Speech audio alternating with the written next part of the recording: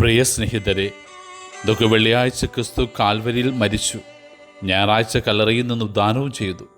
ശ്രേഷ്ഠമെന്ന് കരുതുന്ന ഈ ദുഃഖവെള്ളിക്കും ഉയർപ്പ് ഞായറിനുമിടയിൽ അപ്രധാനമെന്ന് വിധിയെഴുതി തിരസ്കരിച്ചൊരു ശനിയാഴ്ചയുണ്ട്.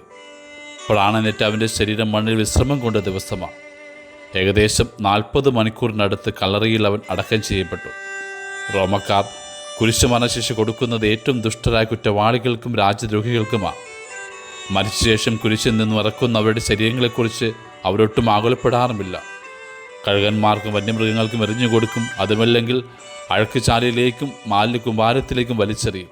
എന്നാൽ ഒരു ധനവാന്റെ തോട്ടത്തിലെ പുതിയ കല്ലറയിൽ സുഗന്ധതൈലം പൂശിയാണ് അവൻ അടക്കം ചെയ്തത്. ഏറ്റവും ശ്രേഷ്ഠമായ രീതിയിൽ സംസ്കരിക്കപ്പെടണമെന്നത് ദൈവത്തിന് നിശ്ചയമായിരുന്നു. യേശു ജനിക്കുന്നതിനും 700 വർഷങ്ങൾക്ക് മുമ്പ് യേശയ്യാ ദീർഘദർശി തന്നെ അതിനെക്കുറിച്ച് പ്രവചിക്കുന്നുണ്ട്.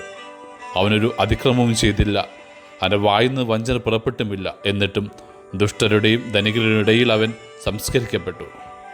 യേശു തന്നെ തൻ്റെ മരണത്തെക്കുറിച്ച് മാത്രമല്ല, ശരീരത്തിൻ്റെ സംസ്കരണത്തെക്കുറിച്ച് കൂടി ശിഷ്യർ ഉത്ബോധിപ്പിക്കുന്നുണ്ട്. ബെഥനിയായിലെ ശിമിയോൻ്റെ ഭവനത്തിൽ ഭക്ഷണത്തിനിരിക്കുമ്പോൾ ഒരു സ്ത്രീ ഒരു വെൺകൽ ഭരണി നിറയെ സുഗന്ധതൈലവുമായി വന്ന് അവരെ ശിരസിലൊഴിക്കുന്നു. ഇത് കണ്ട് എന്തിനീ പാഴ്ചെലവെന്ന് കലഹി ശിഷ്യരോട് യേശു വാദിക്കുന്നുണ്ട്. ഏതിന് നിങ്ങൾ ഈ സ്ത്രീയെ വിഷമിപ്പിക്കുന്നു? എന്നെ സംസ്കരിക്കുന്നതിനുള്ള ഒരുക്കമായിട്ടാണ് അവൾ എൻ്റെ ശരീരത്തിൽ ഈ തൈലം പൂശിയതെന്ന്. സുവിശേഷം പ്രഘോഷിക്കുന്ന കാലത്തോളം അവൾ സ്മരിക്കപ്പെടുമെന്ന് ക്രിസ്തു അനുമോദിക്കാൻ കാരണം സുഗന്ധമായി അവളുടെ ജീവിതം അവൻ്റെ സന്നിധിയിൽ പരന്നതുകൊണ്ടാണ്. പാപകരമായൊരു ജീവിതം ദുർഗന്ധം പരത്തുന്നതാണെന്നേ.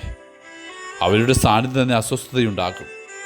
പാപം ദുർഗന്ധമാണെങ്കിൽ നിശ്ചയമായും പുണ്യം സുഗന്ധം പരത്തും.